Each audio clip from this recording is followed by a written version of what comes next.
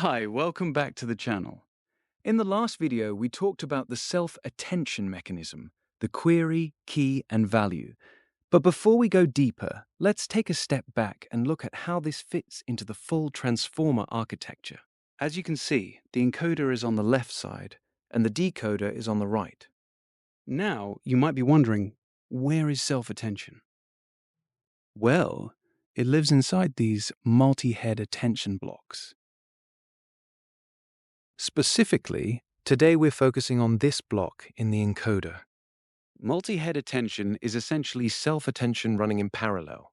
Instead of one attention pass, it runs several at once, each one looking at the input from a different angle. But before we see how it works, let's first understand why we even need multi-head attention in the first place.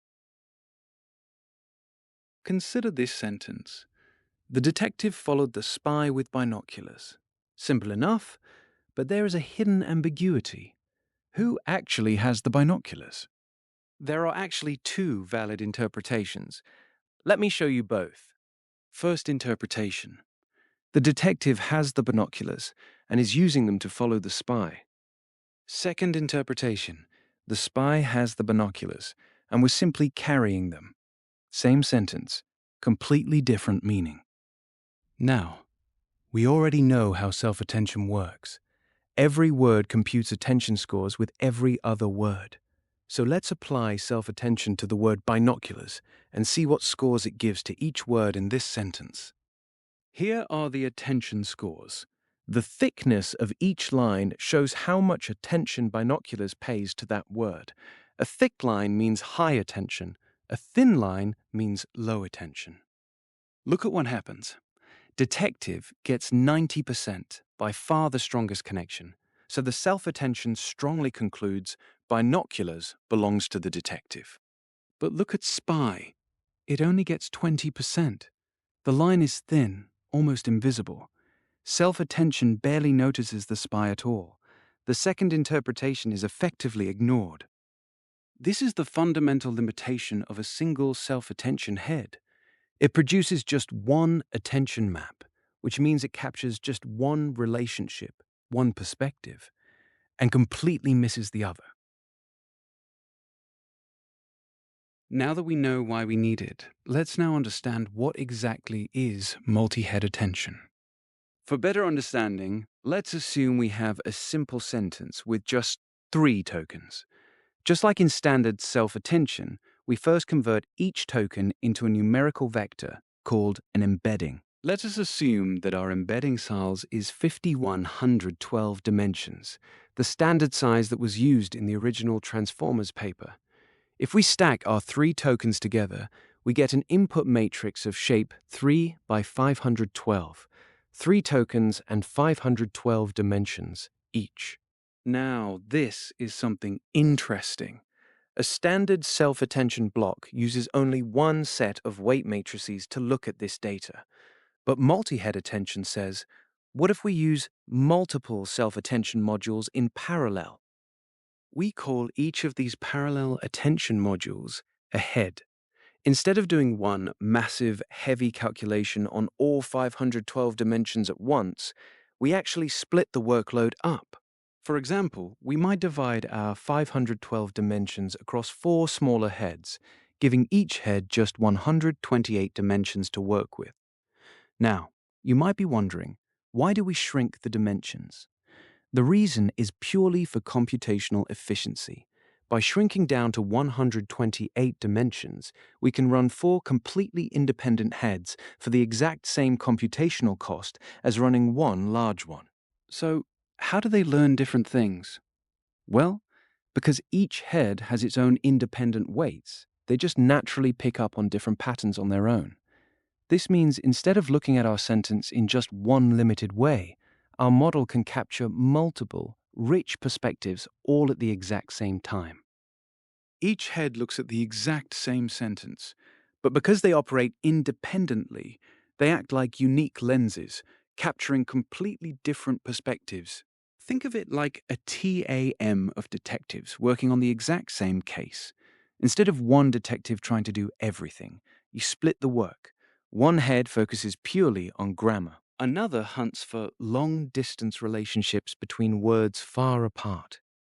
A third focuses strictly on subject-verb connections. And the last looks at positional patterns, where words sit relative to each other. By running all of these heads at the exact same time, our model does not just get one limited view, it captures multiple rich perspectives simultaneously. That is the core idea of multi-head attention. Now that we know what exactly multi-head attention is, let's see how exactly it works.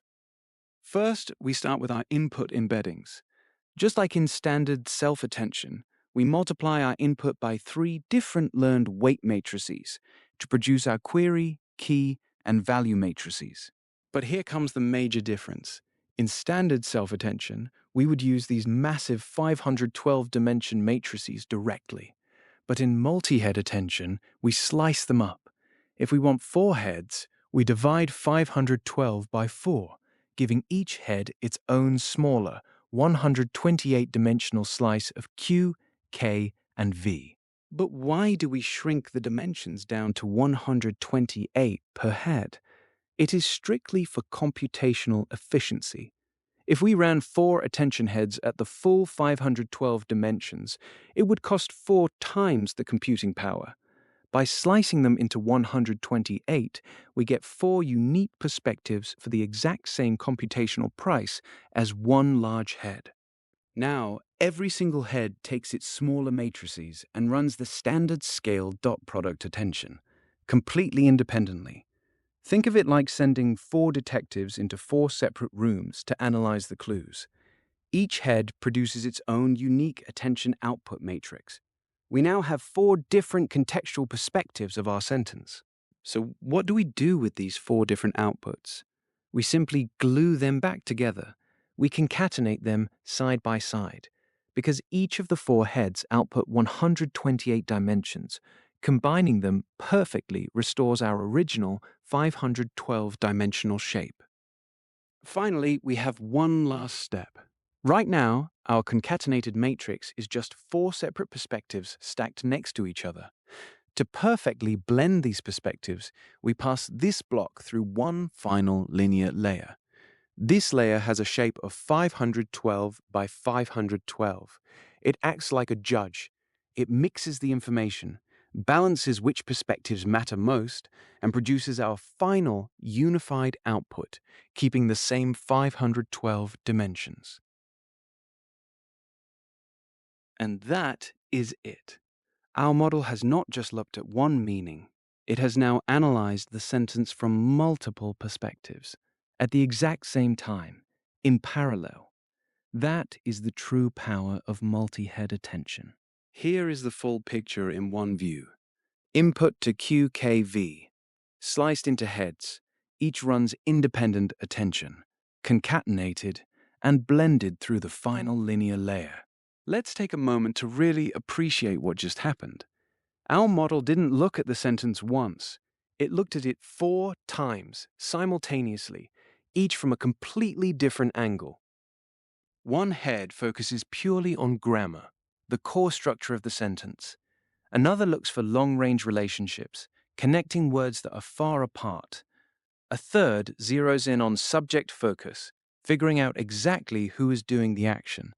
And the fourth captures position patterns, noticing where words sit relative to each other. 4 specialists, each an expert in their own dimension of language.